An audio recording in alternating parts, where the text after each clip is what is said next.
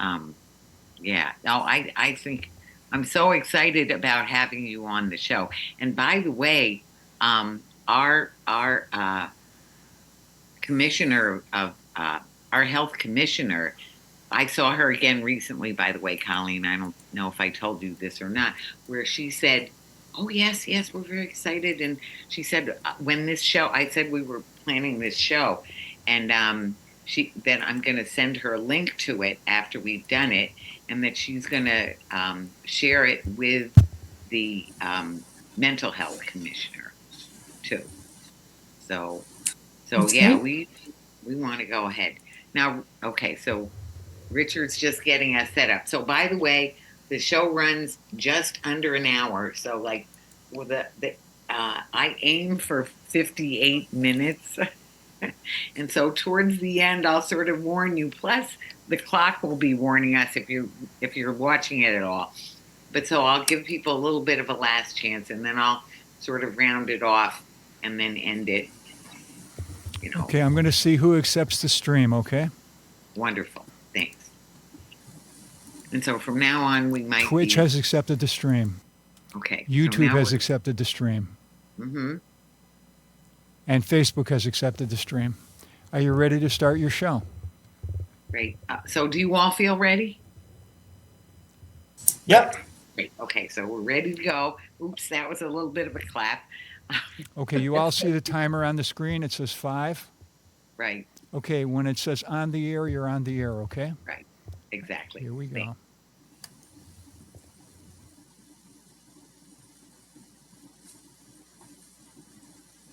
Welcome to Talking Peace with the Western New York Peace Center, being recorded at Think Twice Radio in the home of the future, also the home of our friend and producer, Richard Wicca. Thank you, Richard. And we thank, too, our friends at Buff State, WBNY, Buffalo's original alternative radio station at 91.3 FM. Thank you, Buff State, SUNY Buff State University.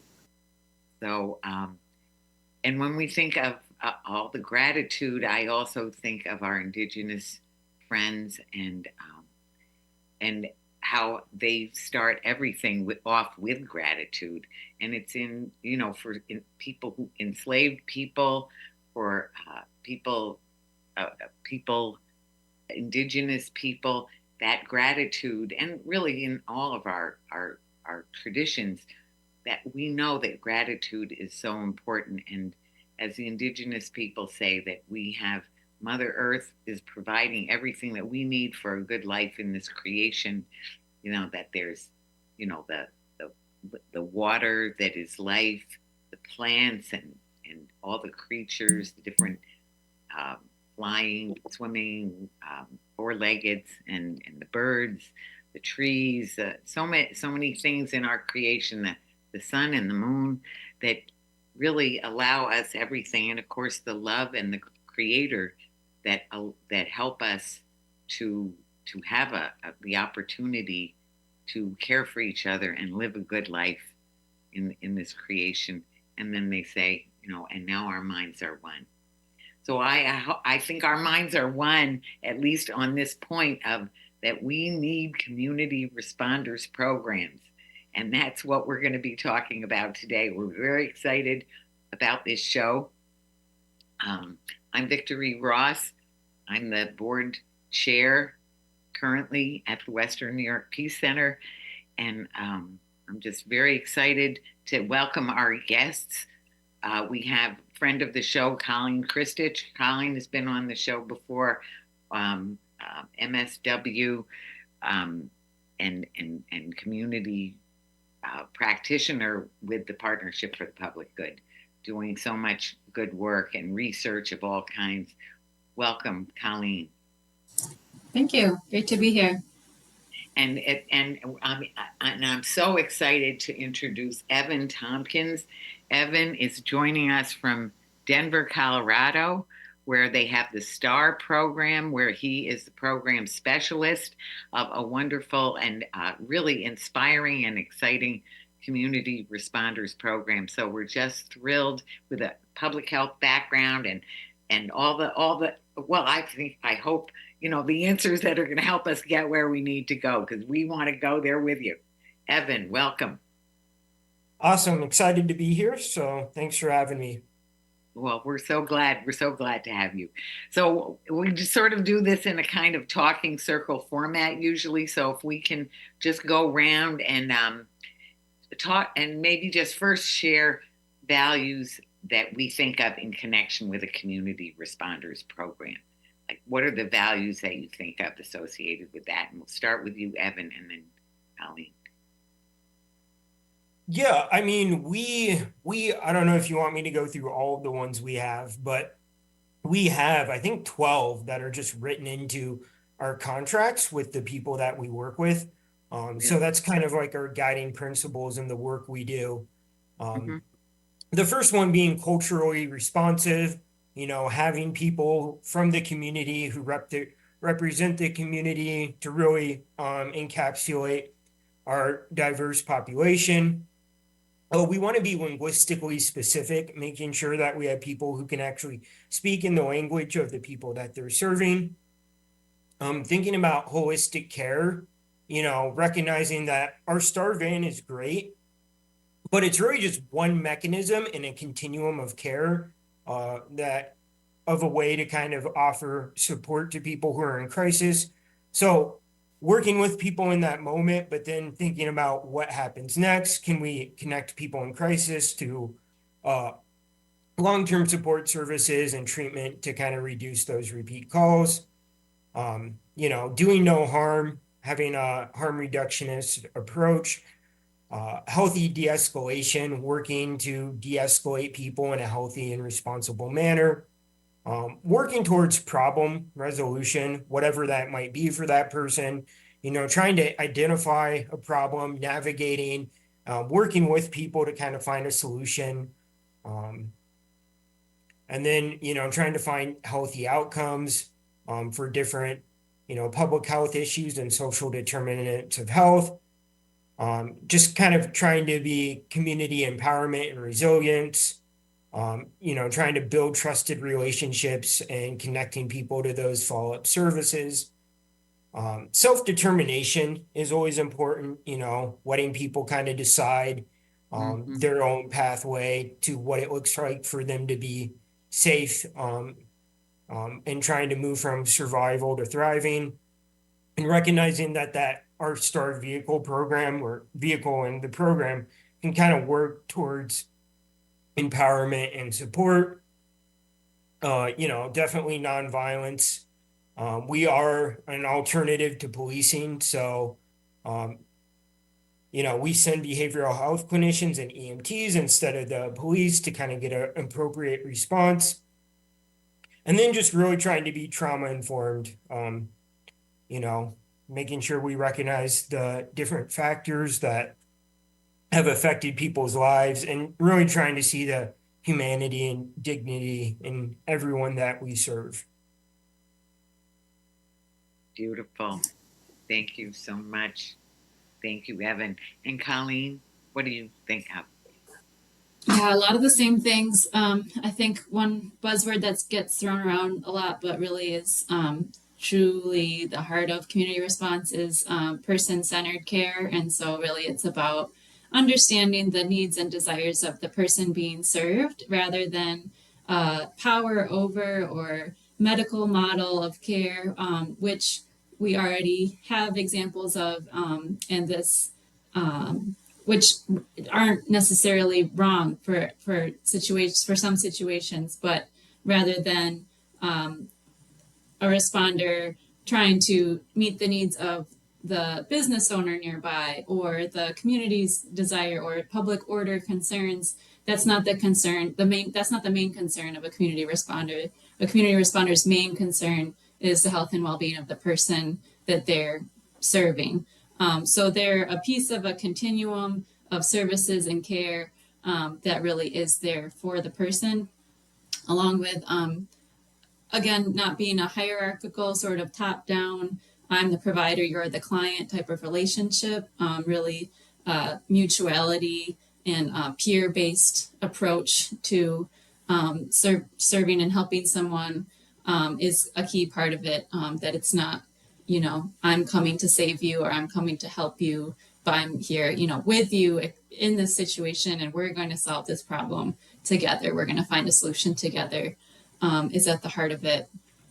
And finally, just the aspect of community care, and that really everyone in a community can be, trained to be a community responder in some ways.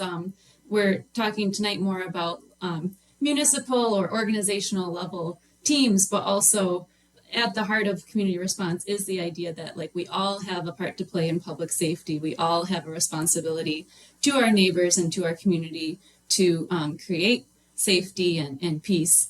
And it's something that we can all participate in and contribute to every day, trying to prevent crisis from happening, trying to prevent situations from escalating to the point where police might be involved, and that we all can contribute to that. And that really community response teams are, like Evan said, of, from, and by the community and of the people that are, being served, that the responder looks like them, talks like them, sounds like them, as much as possible, I would say, are some of the key parts of community response.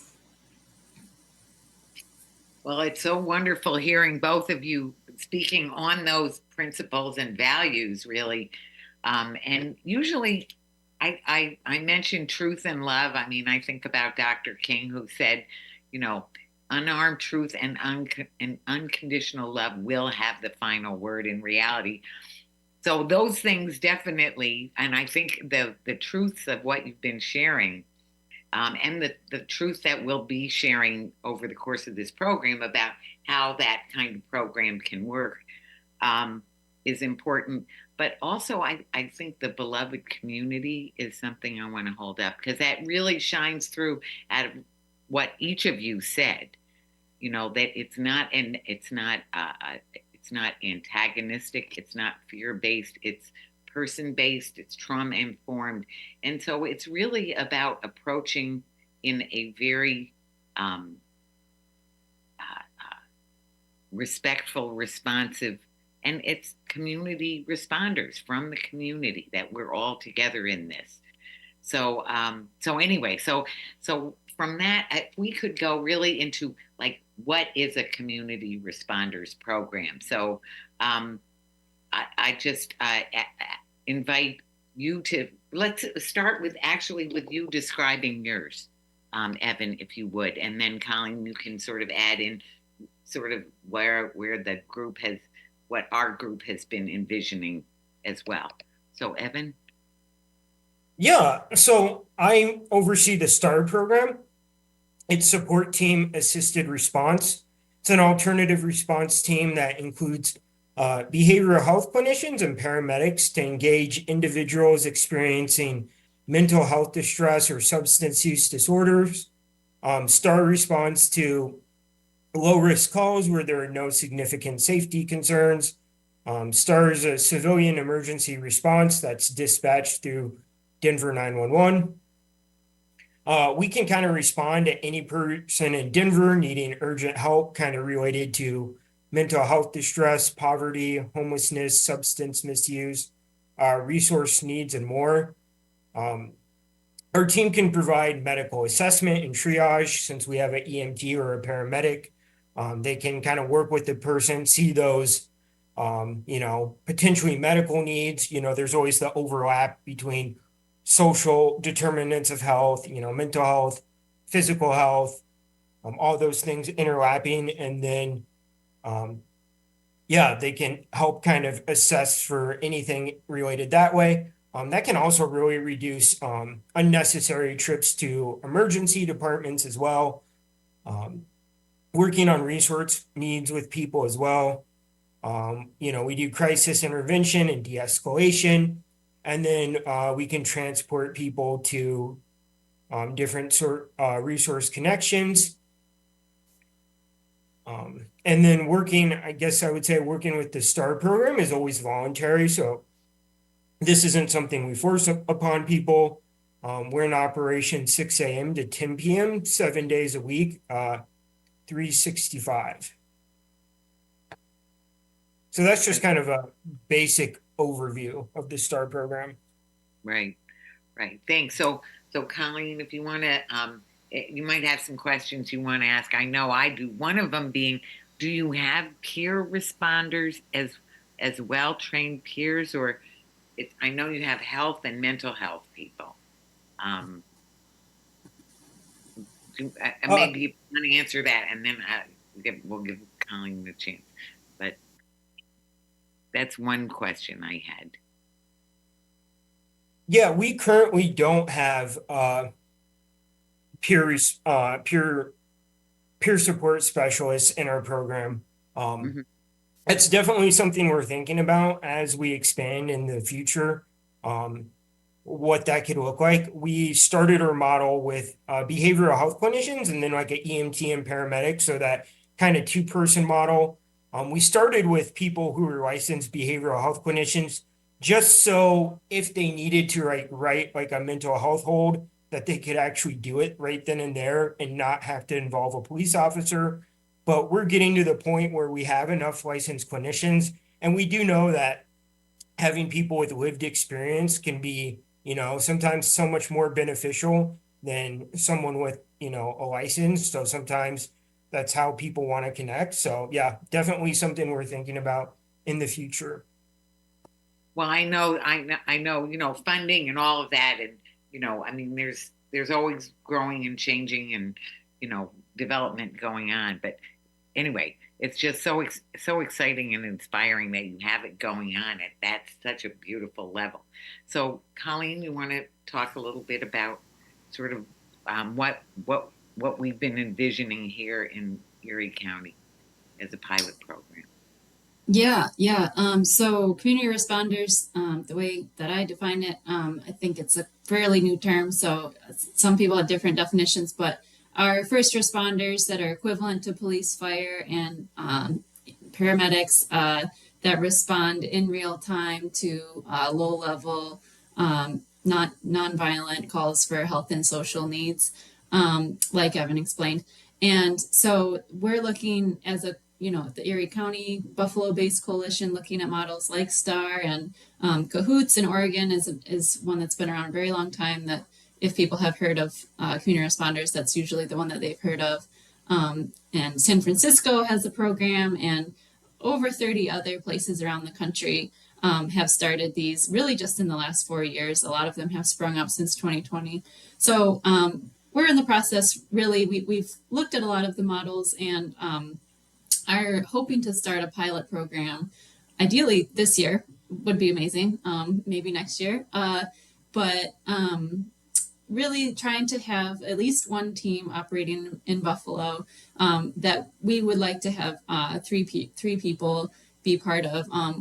Two of them being peers, and one of them being also a peer. Actually, we would really like them to be three peers, but one being more of like a driver sort of security type of peer, and then others with more of a specialized background in health, like an EMT certificate or mental health or certified peer mental health support and community health workers. Those are some of the areas of background that we're trying to have on the team. And really, what we're hoping to do is start in a pretty small area with a limited number of calls and provide additional support to the local ecosystem of crisis and non-crisis response. So I'd be interested to hear Evan talk about this too, but in Erie County, there's local police departments that really are the ones that are called 99.9% of the time to almost every issue that comes to 911, regardless of what it's about, regardless if it's like a barking dog.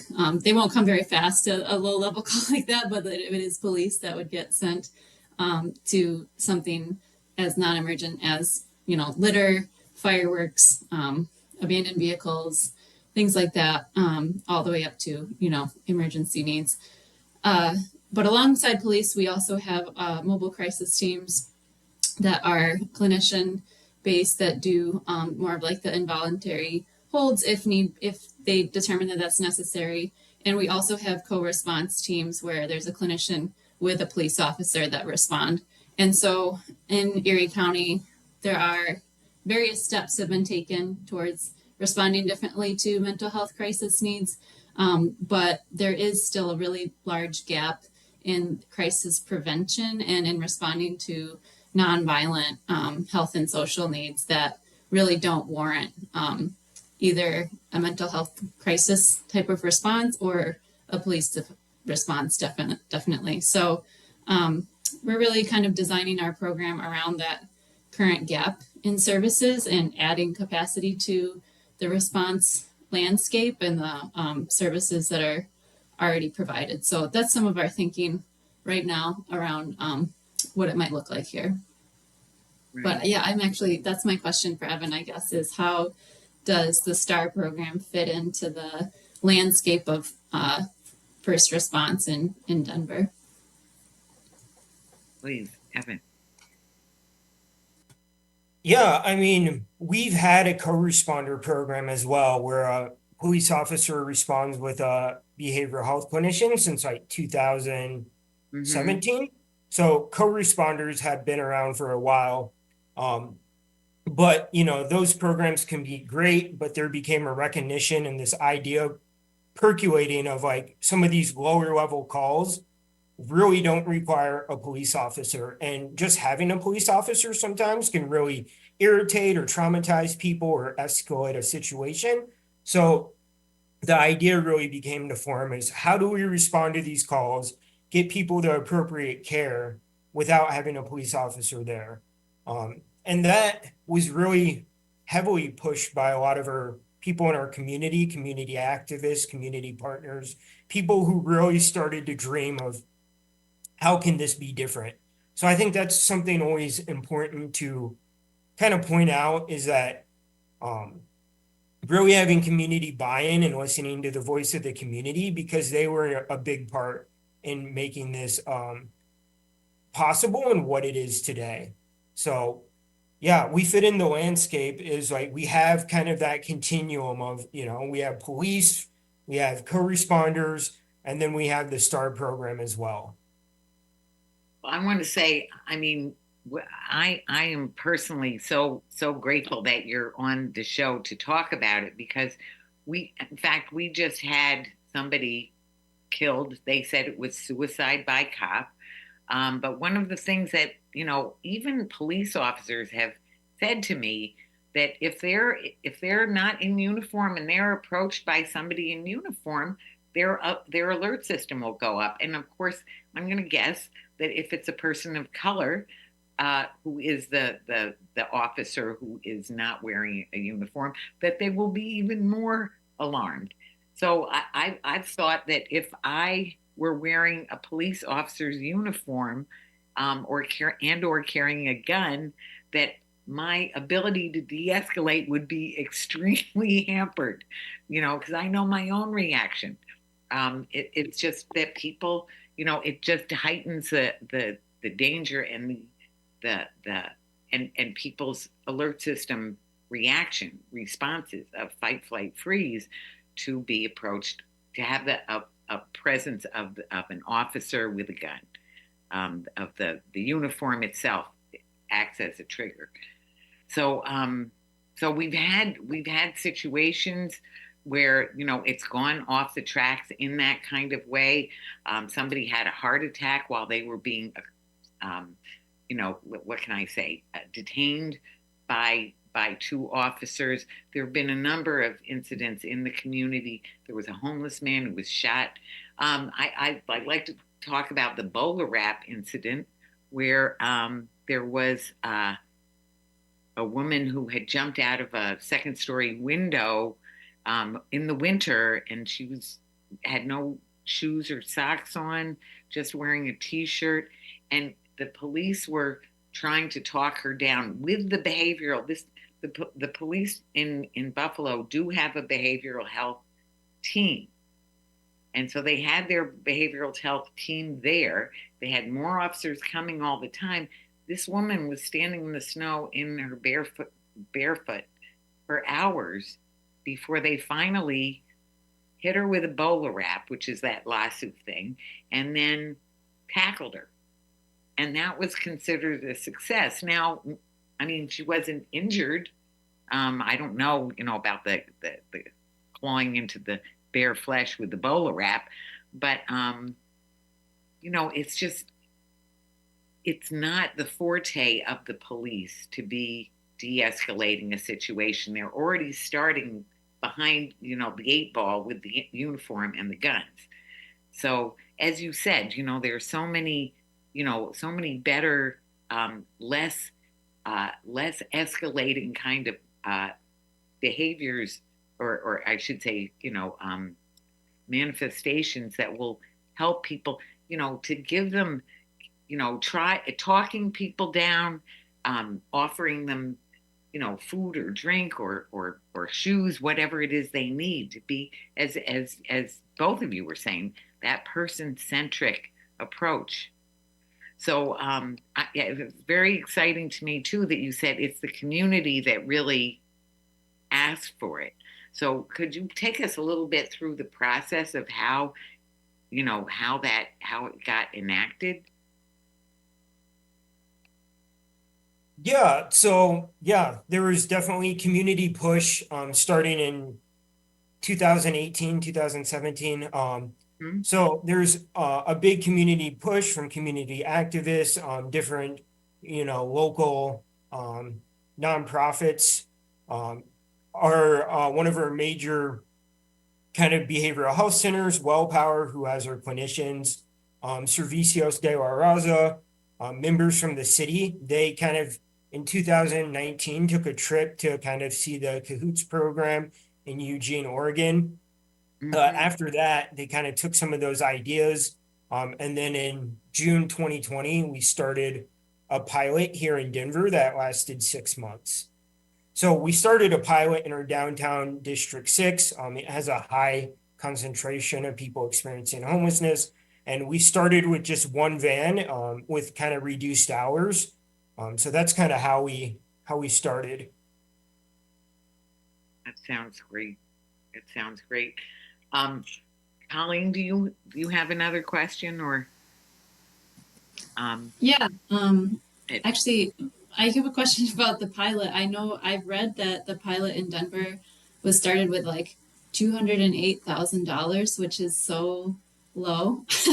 and so I was just curious how did that work, and like was there other pieces in place that like made that work? Because one thing as we talk about starting a pilot in Buffalo is how much is this going to cost and where's the money going to come from, and that's the lowest pilot cost that I've come across is Denver's pilot. So just curious about that. Yeah, I mean, we just had the one behavioral health clinician, the one EMT, and then just having the van. I guess we were probably already kind of integrated in our 911 system, so that wasn't an additional cost. I think too in Denver, since our clinicians are through WellPower, a behavioral health organization, they can bill Medicaid or Medicare for a lot of the clinical services that are provided. So even now, that's kind of a big cost offset for us. Our clinicians almost kind of pay for themselves because a lot of the work they do is something that they can bill to Medicaid or Medicare. I don't know if that's available in every state, but in Colorado, it's something that we can bill, that can be billed to Medicaid and Medicare. Mm-hmm. That sounds great. I wonder too if you would talk a little bit about the crime reduction, because I think, well, first of all, that has it been a 34% decrease or crime reduction, or how is that being measured, and how does that come about? How do you see that?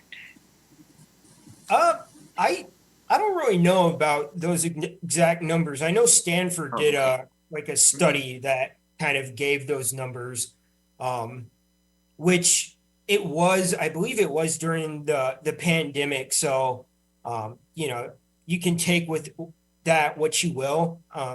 I would think that there's some crime reduction. I don't know, if it's 34%, like if Right. I think that's what they came to, but um,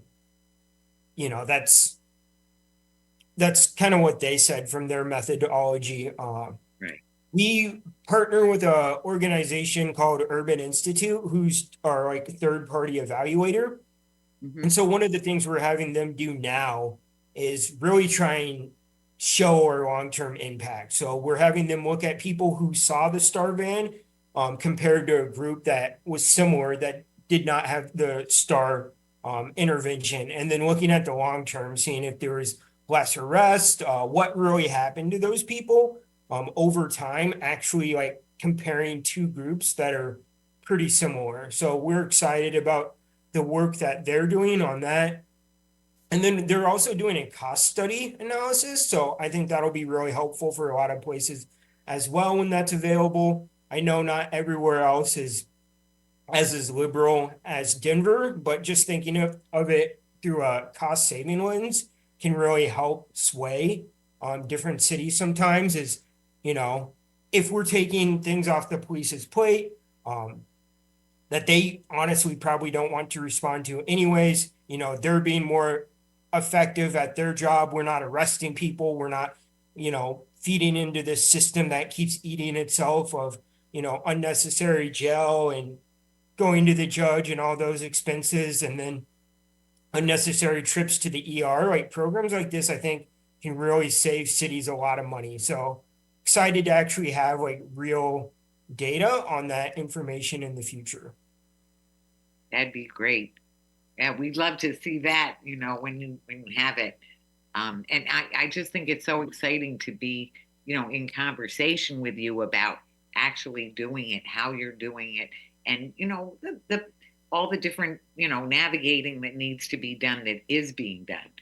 Um, so on that note, if you want to take us through a little bit, maybe a couple of examples of some things that have happened, um, that without any specifying details, but just like what are some of the calls like? And further, I would also ask what um, if things have seemed to be low level, if things start to go a little bit off, has there been any time when there's been a bigger issue, or when do the police, are they available if you do need to call them, that kind of thing? Yeah, so I mean, yeah, there are clinicians and EMTs, they have a police radio, so they can get on the police radio if they needed Sure. that sort of like Right. backup. Hmm. That's not something that we've had to do for a safety reason, yet. So That's we great. haven't had to do that. We really do have a good triaging process through 911. They ask kind of the same questions no matter what the call is coming in. And then we have a set of different nature codes that we respond to that are star eligible. So if it meets those criteria, um, we can send the star team. So I know that's kind of a concern I've heard a lot from other places is like the safety of sending unarmed civilians, but EMTs have been doing this work forever and Right. they've found a way to stay safe.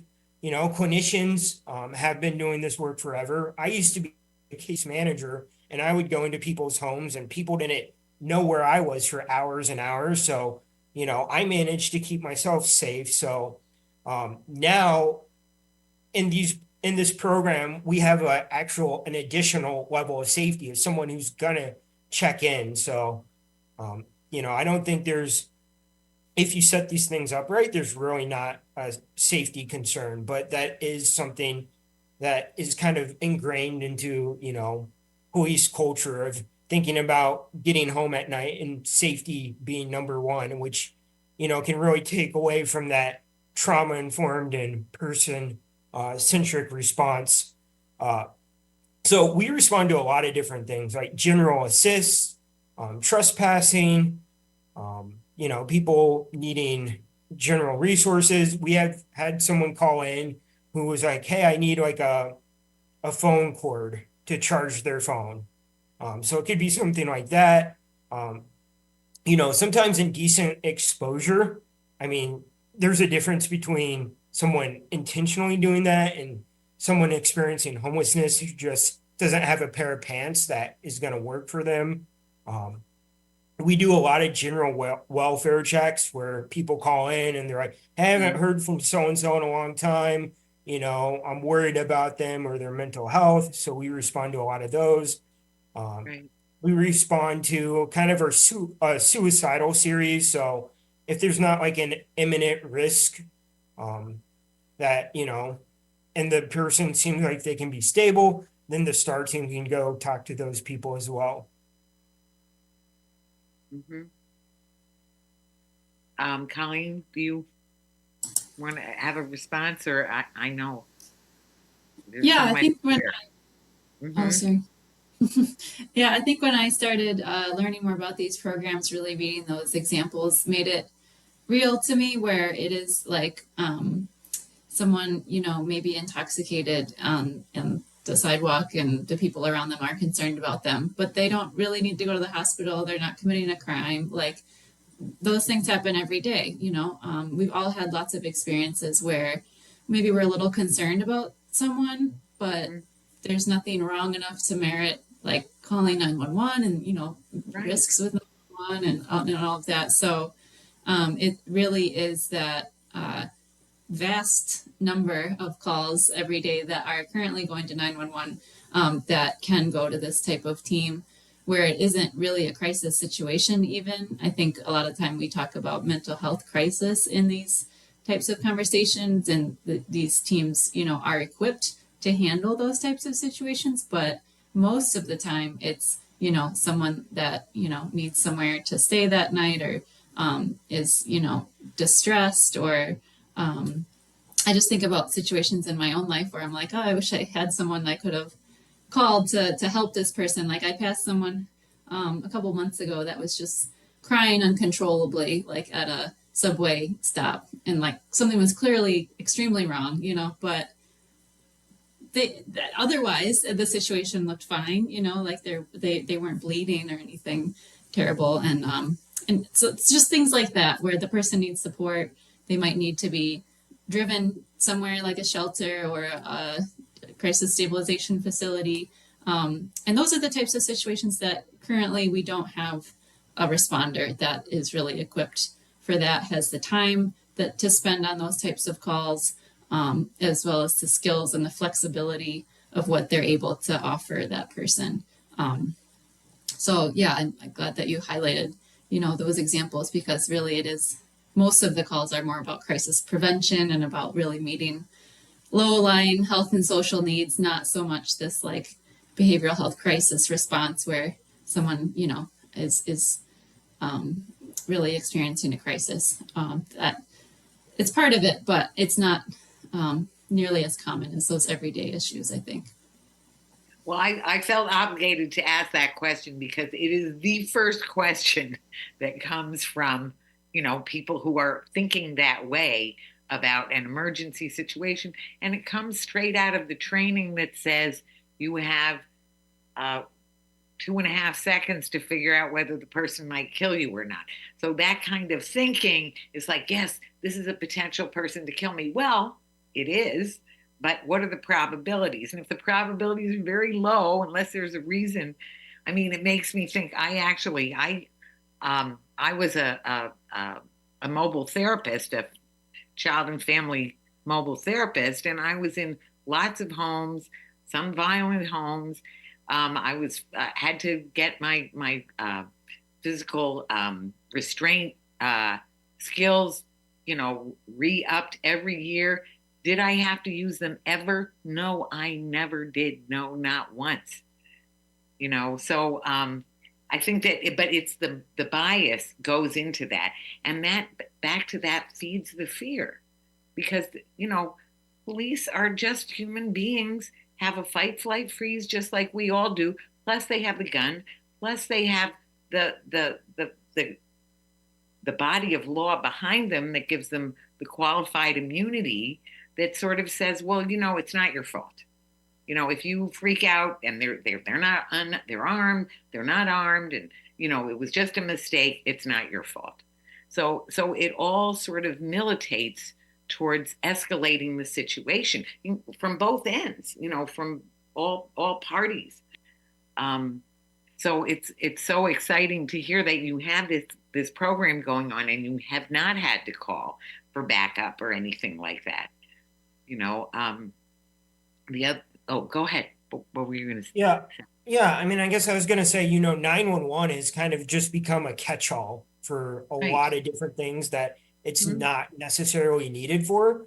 And so a lot of times people who call 911, it's not emergent, but they don't know how to get their needs met. And so that's the only way that they know in that moment how to get their needs met. So, sending someone like our team, we can work with the people, we can get them connected to resources, we can help them out in what's going on. Because, in that moment, that's a crisis of, hey, I don't have food on my table tonight and I'm freaking out, and if they call 911 for that, a cop isn't going to be able to fix that.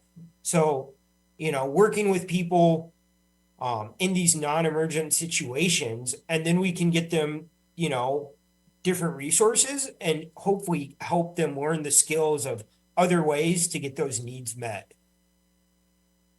Well, I think about the fact that there was a study done fairly recently, I want to say maybe within the last 10 years, of calls to Erie County 911, and over 90% of them were not crime related. They were, my neighbor's music is too loud. They were a wellness check. They were, the homeless person is shouting. They were, all kinds of other things. Um, uh, but not anything criminal, and something where the presence of a gun and an officer would oftentimes tend to escalate.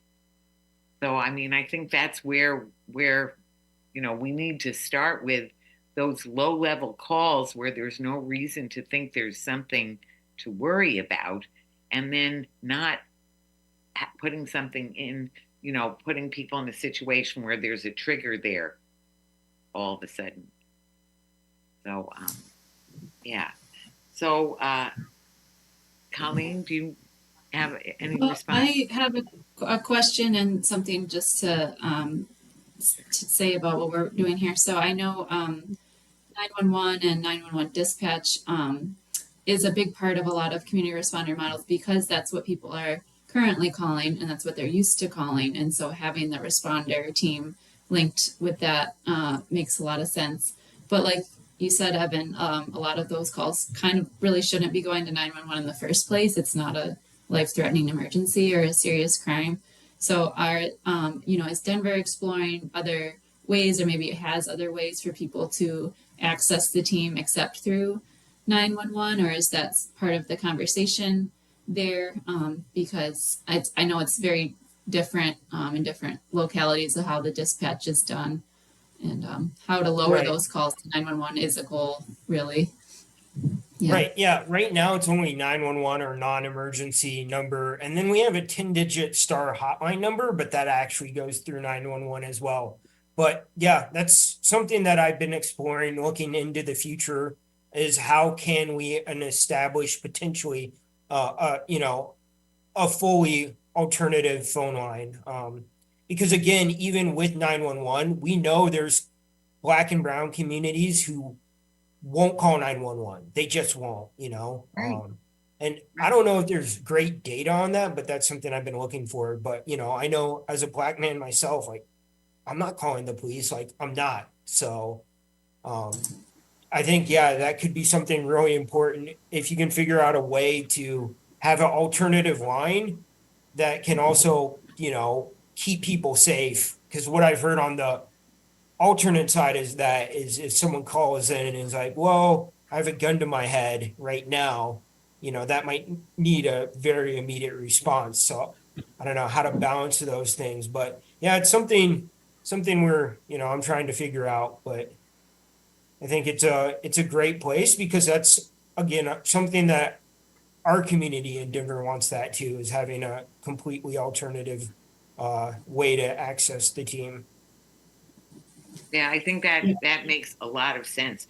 Back to what we said about the trigger, and that, it's a trigger for the community, and back to it's especially a trigger in communities of color, but it is also a trigger for white people. I want to say, as a white person, I want to say I've talked with police officers white men who said the same to me, that they feel that as well. So it's something about a gun. It's something about the dynamics, the power dynamics, which are very different for social workers, for mental health workers, for health workers, for peers if they are included, or even if they're not included. So it just makes so much sense, and also it frees the police up to do what they're really trained to do, what they're good at doing, and let them deal with real criminal situations. Although I would also say that there's a lot of mental health issues and oftentimes health issues that are going on during some of those situations as well. But it still means that, if we can, I love the idea of having an alternate, it could be 911 calls, but it could be somewhere else that people would be feel freer to call if they know that it's not going to be a call to the police. So I think that's something we could think about trying to institute in a pilot program. Yeah, definitely. I think that's something we've talked about too, and really making it so people do feel comfortable to call it and know what's going to happen too, because sometimes with hotlines, people might call for resources and then end up getting a response that wasn't really what they wanted. But it, like you said, with 911, it's interesting because people who call 911 oftentimes tend to be people who, maybe are business owners or feel like that's the resource that they want or that resource that they need for that situation, which then skews the data a bit about where the needs are, So that's one thing we're thinking about here is like where this program is most needed or should be started. You can't just look at 911 data because the communities that aren't calling might have very, severe needs that just aren't being reflected in that at all. So trying to get more of a full picture of, really what people's needs are, what would serve them best, not necessarily what would be the easiest to or fastest way to get a program up and running, because sometimes having the powers that be more in charge of it or be more at the table could make it happen faster, happen smoother. But it's just weighing a lot of different factors, I think, for how to make it really community based and really community driven. So I don't know if you have thoughts about that also. Yeah, no, I always think it's a good idea to kind of really listen, think about what you're hearing, what the community wants. So listen to that, kind of think about what's brought to you before you jump into, just kind of acting. I think part of the problem overall is that for such a long time, it's been safety is something that the government has provided to its citizens, whereas safety is really something that citizens can provide to themselves. So trying to think about it in that way of, the community knows how it can keep itself safe. So allowing the community to provide community safety instead of trying to just force that with police as well. Something else you said about businesses. I'm at a conference in San Francisco right now, but one of our subcontractors I'm here with made a comment. He said working with, 400 different businesses, when he goes and talks about STAR, a lot of them don't even want to call the police, even the business owners, because a police car sitting outside their business is bad for business. And it doesn't change anything, those people are still there. So it's not a helpful solution, even a lot of times for business owners of nothing's going to happen to this person. if those issues aren't fixed, they'll still be, drinking or sleeping in front of my store. And now we have less business because people don't want to come here because they keep seeing cop cars here. Right. Right. So that's another aspect. I want to say it came up, this community, the idea of a community responders program was brought up when we had a very well attended, I mean, we had 400 people there at Dr. Henry Lewis Taylor did a talk on how to bring, I don't remember the exact name, to restore, Buffalo's Black East Side. And one of the things that was brought up by one of the law professors, Athena Matua, was, you need to think about this community responders program too, because part of development and part of safety and security means how is that realized? And is it realized in a way that works and that helps and, nurtures the community, or is it realized, or is it, is that safety, so-called safety and security, coming in ways that make people feel less safe and less secure? And we know that actually even our kids in our Peace Jam program, kids knew that real human security is when people's needs are met, right? So that's part of, making a healthy community, developing, and nurturing the beloved community is meeting those needs. So as you said, a needs assessment is part of it, but addressing the real needs, is critical, is essential. And it sounds like you all are doing that so beautifully. And I know you're able to do it for the vast majority of the day. How many hours a day? It's 6 a.m. to 10 p.m. right now. Eventually, we want to get to 24/7.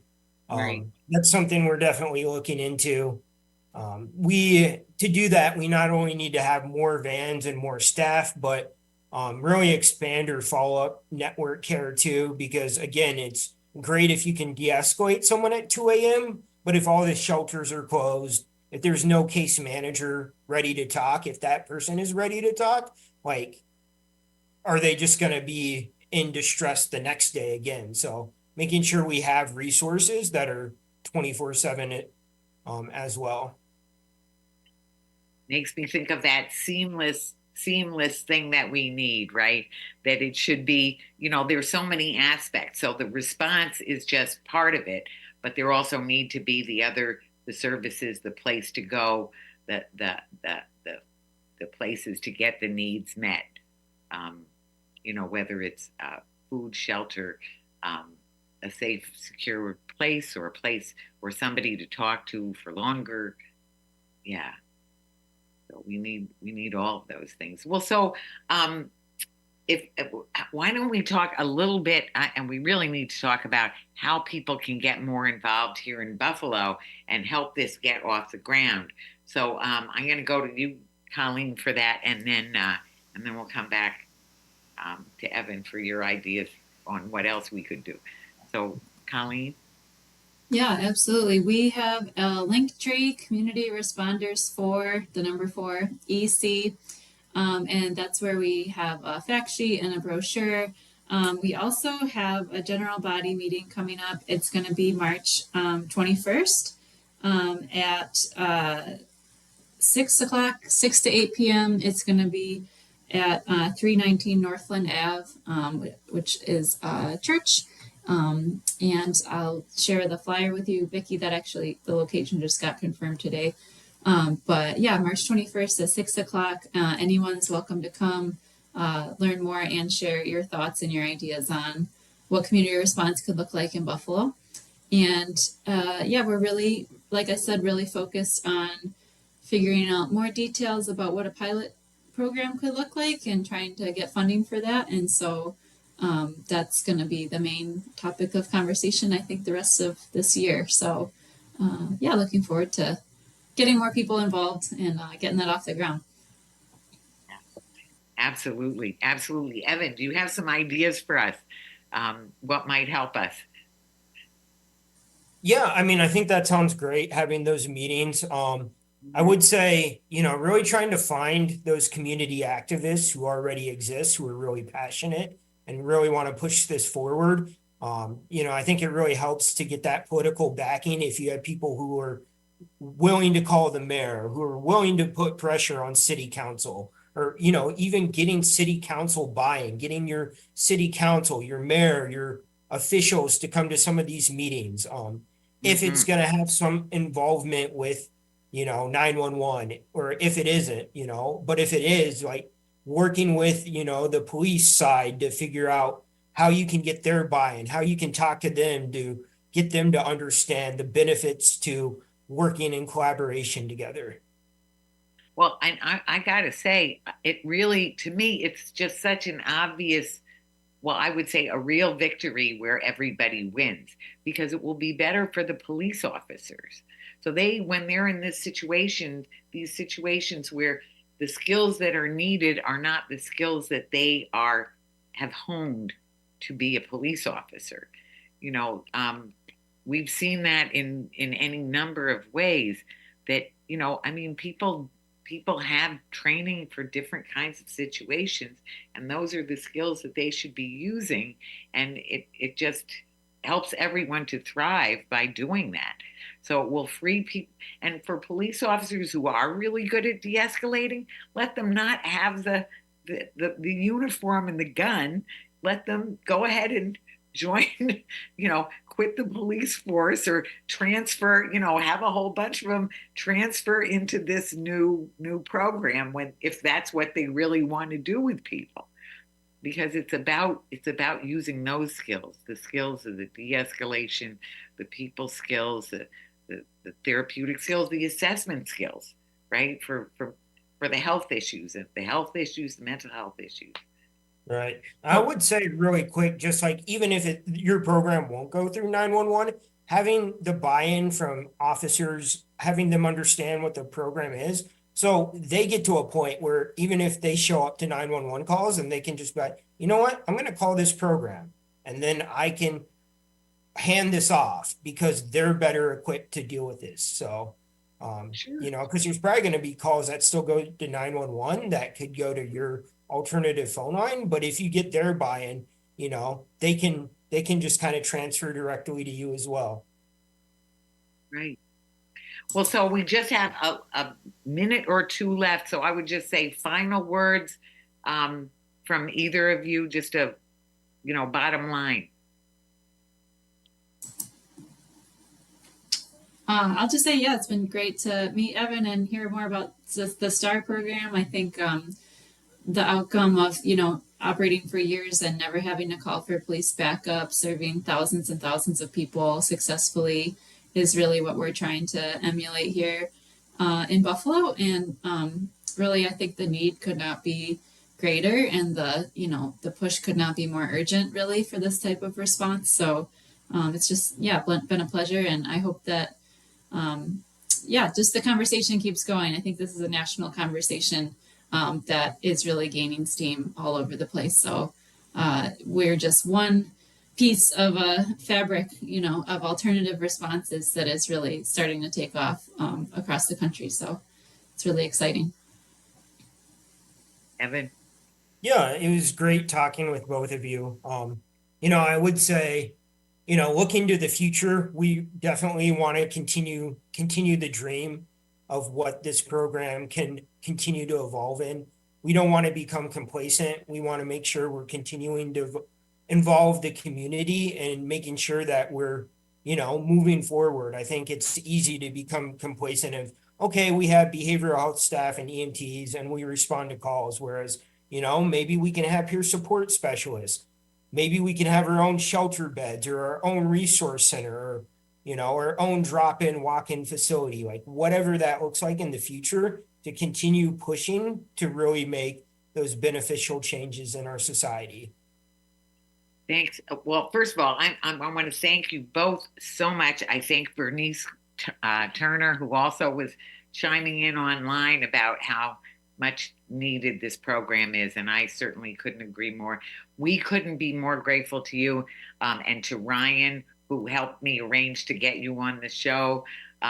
for the work you do every day, Evan. We're just can't thank you enough. And plus, now we are developing relationship that we, maybe if we have questions or we can help direct people to you for more answers.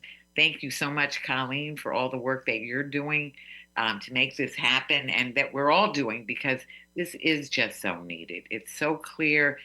It'll be a win-win for everyone, and we couldn't be more grateful.